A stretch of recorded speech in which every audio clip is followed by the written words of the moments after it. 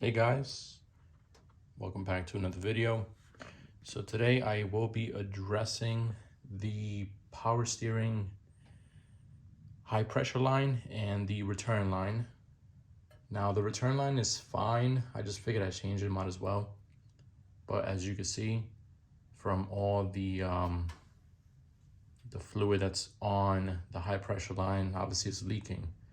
So I've been having issues for the past few weeks where it will spray all over the manifold and the header, and it would just pretty much smoke up like crazy, and all the fumes would go into the cab, and obviously you don't want to be smelling that. So figured I take the time today, my day off from work, and address this.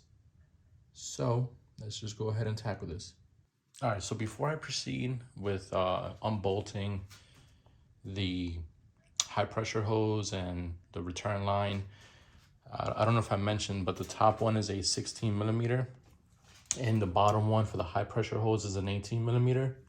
I picked up today a set of crowfoot style wrenches just so I could be able to have easy access. All I would need is just obviously a wrench and an extension, and that should be all set.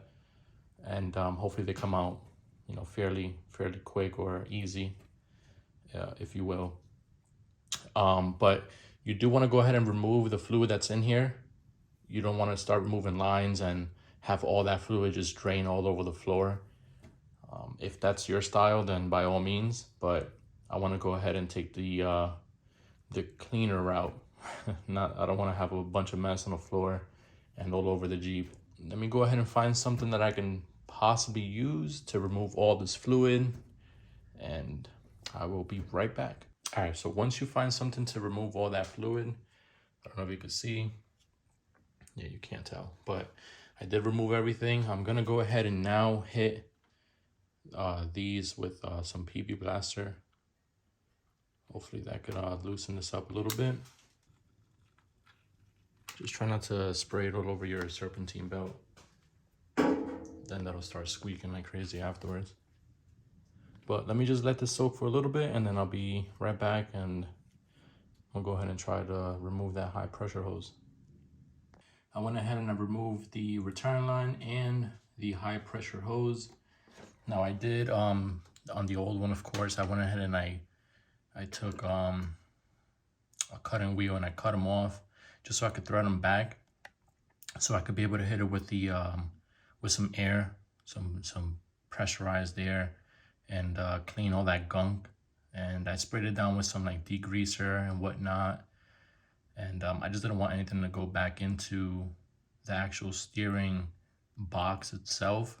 So I went ahead and I threaded back those to prevent some of the debris going back in there. And I did the same up top. I threaded one of those and I cleaned it around as best as I could. Hit this with like some degreaser a little bit, make it look a little newer. But I'm gonna go ahead now and install the new parts that are actually right here.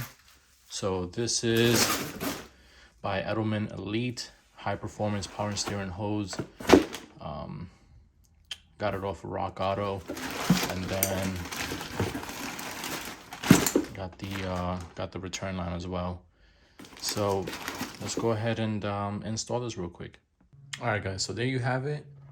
All that's left to do is fill up the power steering reservoir or tank or whatever you want to call it.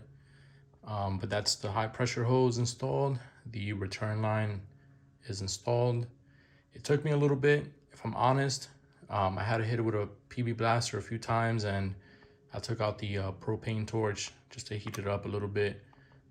This one came out fairly easy on the first try. The bottom two were the ones that were pretty corroded. I was kind of worried there. I don't want to go ahead and strip anything, because that would have been a bad evening. Honestly, I would have been pissed off. But thankfully, after a few attempts, it came loose, and I was able to install the new lines. So I'm gonna go ahead and fill it up. You're supposed to jack up the front of the Jeep or the front of the car, whatever car you're working on, turn it on, obviously, you're probably gonna hear that the power steering pump is gonna be humming like crazy because there's got no fluid in it. Or, I mean, I will put fluid, but you're supposed to go ahead and, turn the wheels left and right almost to lock, and then just repeat that process a few times until there's no air bubbles in the lines anymore. So let's go ahead and do that real quick, and I'll be right back with you. All right, guys, so there you have it. That's pretty much the install of the high pressure line and the return line for the power steering pump on your 2000 Jeep XJ. As you can see, I have a zip tie. It ain't a Jeep unless you have zip ties. But the old clamp from the other return line hose, the old one, it seems to not actually clamp down as hard. I might have to get a new one eventually, but for now, like I said, it's a Jeep, right? So you have to have zip ties everywhere. So I just zip tied it together. Obviously, I left the clamp as well. It seems to be holding up. I did have a few leaks earlier, but nothing that I can see at the moment. So it's pretty dry. So it should be good for now. Obviously, if I have any issues moving forward, I'll address that. But that's pretty much it, man. I took it down the road. It is humming a little bit every time I turn left or right. I hope that that sound goes away. It's not that loud. It's, it's not to the point that it's annoying, but it is there. Who knows? I might have to just change the whole power steering pump. I mean, it's a 22-year-old car, so things are obviously in need of replacement already. So I might change that down the road if that sound continues. But other than that, I mean, it seems to work just fine. I'm glad I changed this before the weather gets crazier. Over here in the Northeast, it's getting pretty cold already. So yeah, figured I'd do this, and until next time, take care.